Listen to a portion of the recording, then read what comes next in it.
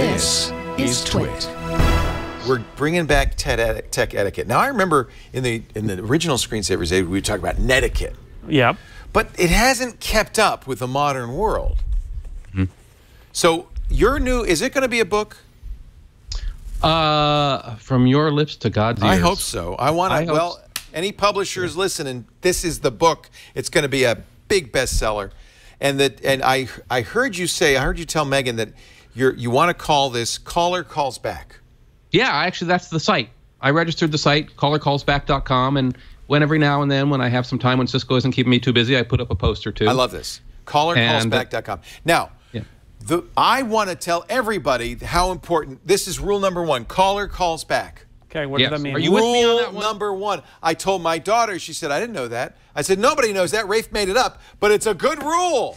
Did you make this up?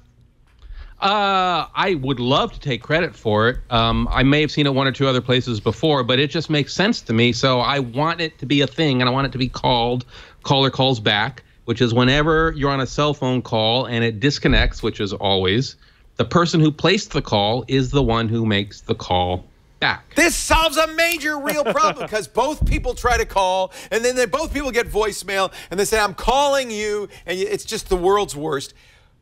Whoever placed the call remakes the call. Caller calls back.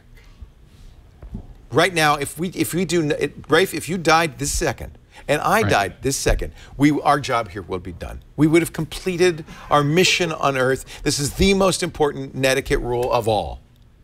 Yes. So we could just leave it there, or I could go. No, why don't we do an interview? Because we got all this time to waste. So let's. By the way, it did need to be updated, didn't it? We had this idea of netiquette, and a lot of it was things like, keep your signature and your email under 3 lines. It was dopey stuff that isn't applicable anymore. Well, technology, almost all of our communication, person-to-person communication these days, is mediated through technology. And the old rules don't upscale or don't apply or got totally different issues.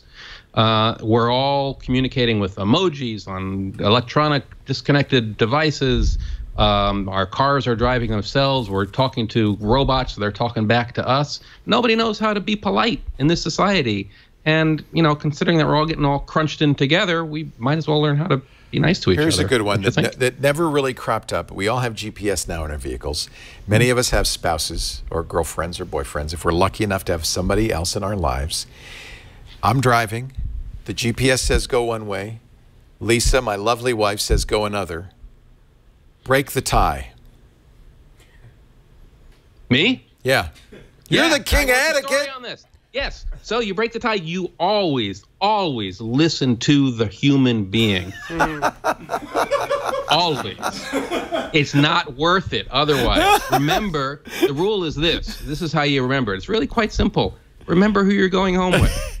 You're not going to bed with your GPS. Let's put it that way. That's right. That's right. I learned this the hard way from my ex-wife. Ex-wife. So, that is a perfect example of how etiquette has changed over time. And this is something that comes up all the time. And I have to confess, but the car says, and you're right, I should just say, yes, dear. Yeah. That's a little bit common sense, isn't it? Like trust the human being. How long have you been married? 23 years. It's common sense to you. Right. I'm on my 3rd wife. We didn't even have GPS for the first 2. Imagine. A lot of etiquette really is common sense. Yeah. But, a lot of, what they say about common sense, it's not very common. Yeah, so. This is true. God knows I don't have any. So what is the tech etiquette for robots? What do robots need to disclose to us?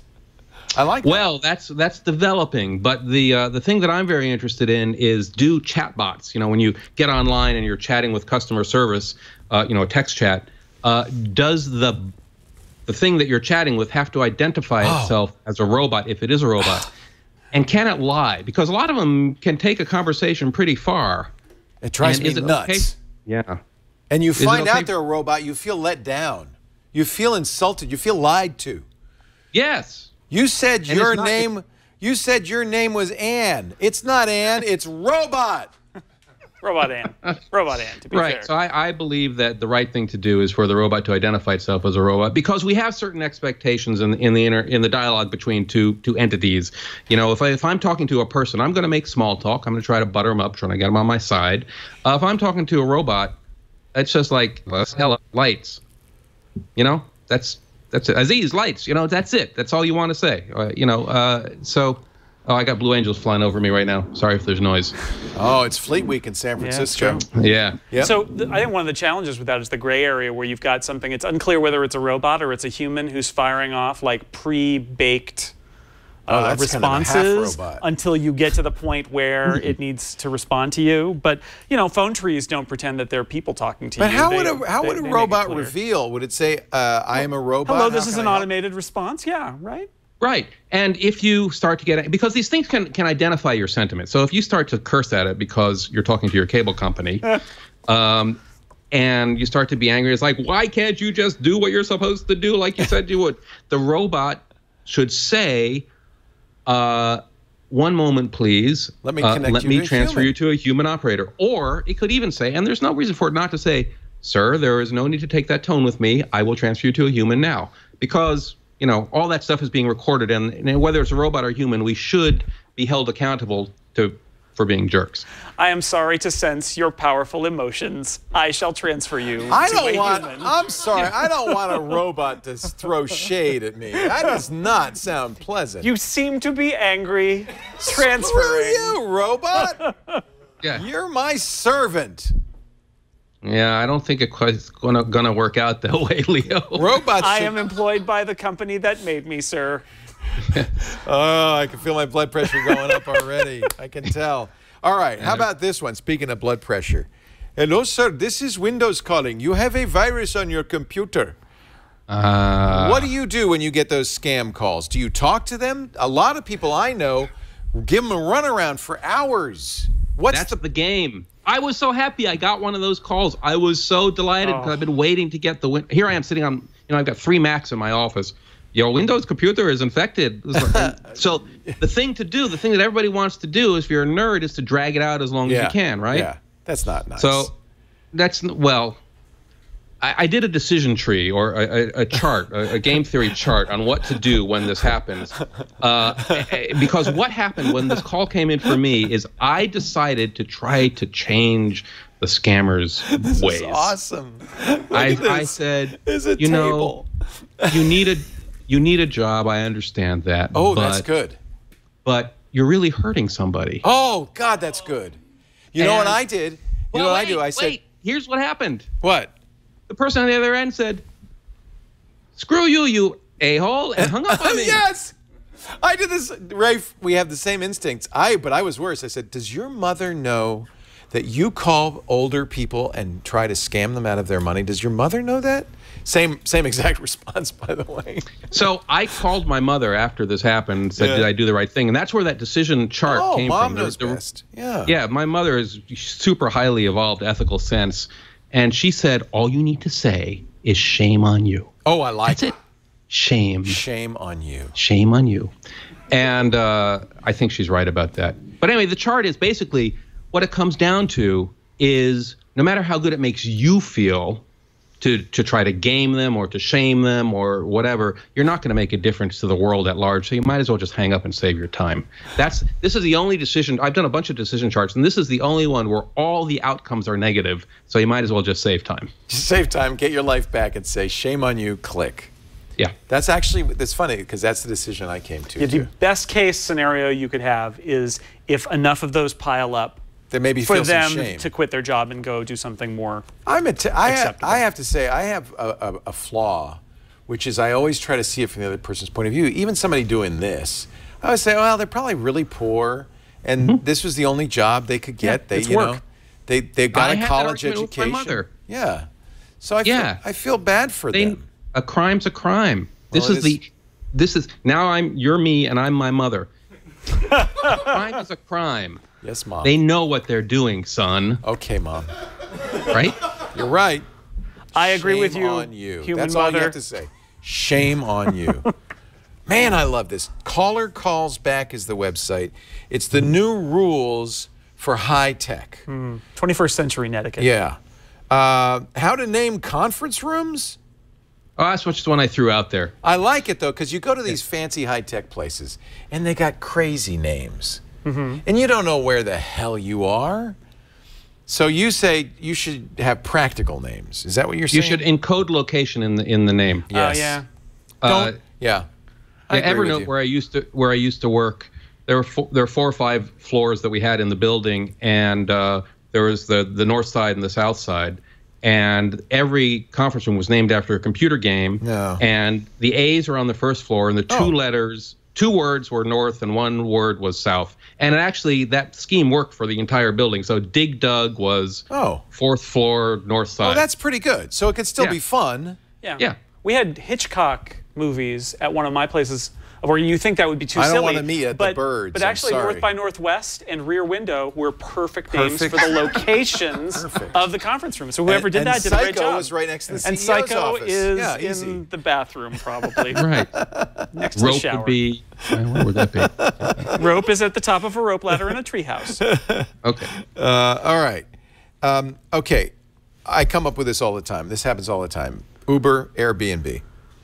At the end of the stay or at the end of the drive, you have to rate the driver. I just always give them 5 stars.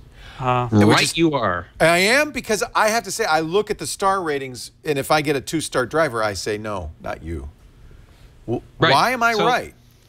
Well, from personal experience, I wrote this one because I host I have a downstairs Airbnb. Oh, you have an Airbnb. Yeah, if you go below 4.7 or 4.8, you start to fall in the rankings. And the same thing happens with Lyft and Airbnb. I mean, with Lyft and Uber. You could actually really hurt somebody. Yeah. So if you have if you're just feeling a little crabby, or maybe the driver was a little curt, or maybe they took a minute or two longer, or maybe that's not a star. A spider showed up, you ding them a star, you could actually hurt their income. And this is somebody who has to drive an Uber for a living. Did your mom give you this decision table? No, this one was mine, because I used to be a product reviewer, and I never gave anything a perfect score. Nothing gets 5 out of 5. Yeah. That's right. That's what kills me about it too. Is nothing is good enough to be 5 out of 5. But the truth is, it's not a 5-point system, right? The truth is, Uber, Airbnb, any of these things, it's really a binary. It's actually a thumbs up, thumbs down system, but they pretend that it's not. Yeah. So unless somebody was really awful, really awful, give them 5 stars. Yeah, it really should be. 5. Okay, that's what I've been doing, even for awful ones. I just go, fine, whatever. Yeah, it's 5 or 1. I mean, unless they're dangerous and you're worried about the next person being a victim of them, it's different. A 5. Yeah, that's. And then but if they're really terrible, you have a responsibility to rate it a 0 or a 1, as low as you can go. But nothing in between makes any sense, because it is their income. You're not talking about dinging HP's laptop because it's a little heavier than the Dell, and somebody has to decide between 2 things. These are people's lives. Yeah. And nobody's relying on your personal opinion directly. You're just building the aggregate response. Now, eBay maybe ratings are different. Yeah, sure, or Amazon ratings even. Those should be on a scale of 0 to 5. Well, the fact is, because it isn't a binary. Right, but something like Uber, I mean, this is the truth, is Uber should not have a 5-star system. They should change it to be thumbs up, thumbs down, like Netflix did with their ratings, where they said, you know what, this is too much gradation. People don't need this level of gradation. Did you have a good ride or not? Is all they really need to know. And instead, we're put in this position where we're like, well, it was a little bit slow. He took a wrong turn, but he was nice. Do I give him 4? And the answer is no, don't give him 4. You might as well give him 0 at that point. You're ruining his score. And that's Uber shouldn't ask us to do that, but they don't seem to care. I love this, Rafe, because you're bringing this stuff up to the conscious level, because we live in this world. It's so rapidly changing, and we're faced with these new things. It used to be how much I tip, and now it's what do I rate in the app, right? Yeah. And the rules are different. And it's good. It's good to think, and you think clearly. The website caller calls back with the single most important rule: if the line drops, the caller calls you back. Well, know that this is one when Apple and Google build this into their phone apps, where a call drops and it says, you called this person, would you like to call back? And the other one is, the other person will probably call you. Just wait. Ooh, I got to patent it. Oh, no. Well, then we'll never get it. And somebody in the chat room saying, oh, I knew this all along. I've always assumed that. No, but most people don't. That's the problem. Most people don't. And every time a call drops, every time we both try to call, and nobody gets through. You press that call back button. Caller calls back. I told my daughter this. She said, but I can never remember who called. I said, remember. That's what the software is for. Rafe, it's great to talk to you. Always a pleasure. Good luck. Everybody, just call your local publisher. And do you have a local publisher? Call your local publisher and say, hey, there's a book that needs to be published. Great idea. Callercallsback.com. Get Rafe a contract in the mail immediately. Thanks, Rafe.